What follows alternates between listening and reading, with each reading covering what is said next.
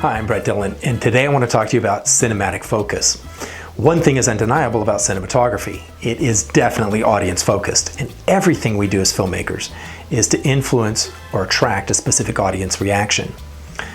Now, leadership is influence, nothing more, nothing less. That's a quote from John C. Maxwell, one of the foremost leaders in the world and instructors of leaders. Now, to be a good cinematographer, one has to master that power of influence. You're going to have to lead your audience to where you want them to go. And you're going to use things such as lighting, sound, and framing, which all center around the notion of focus. Focus can be used to shift your viewer's attention and evoke a certain mood or an emotion within that frame.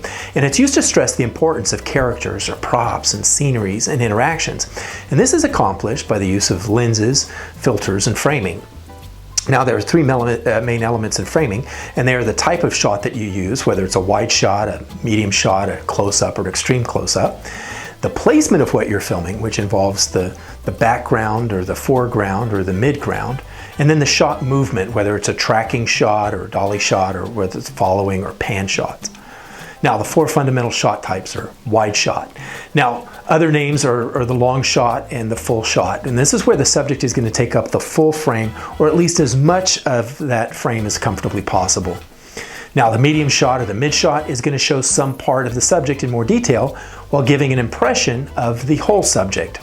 But it's just an impression.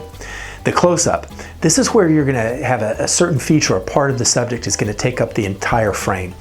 And then there's the extreme close-up. This is one that sometimes my staff like to do on me, where they're going to zoom in on my mustache or perhaps an unattended nose hair. The extreme close-up gets right in, and it's going to show this extreme level of detail.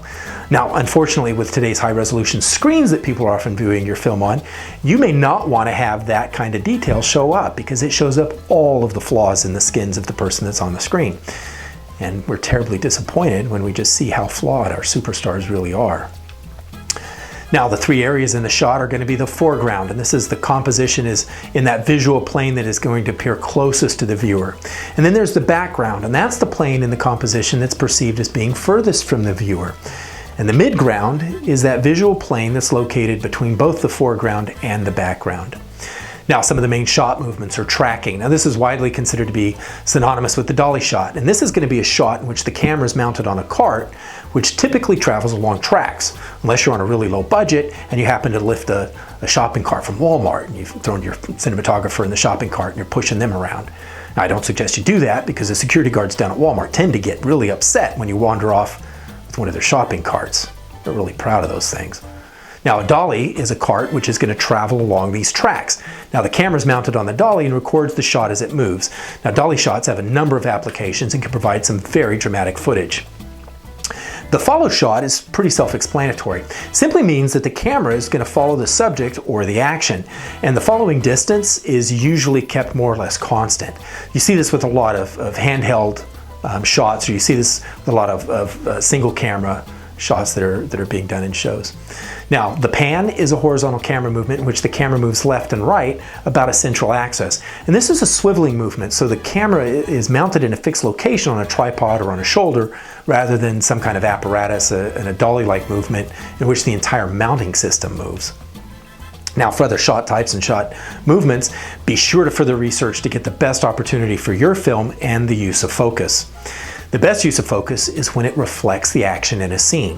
For example, if you're trying to convey a certain mood, such as in a horror film, you can see the victim in the foreground in clear focus with an obscure silhouette looming in the background. Now, this is going to reflect the imminent danger that the victim is yet unaware of. Now, there's also things that you can do to convey a sense of romance. You've got a loving couple sitting in a busy restaurant, and all the other people are out of focus and they're dully lit, while the couple is clear and they're within full glow. This is going to convey the connection and the love felt between these two people and how nothing else matters in their surroundings.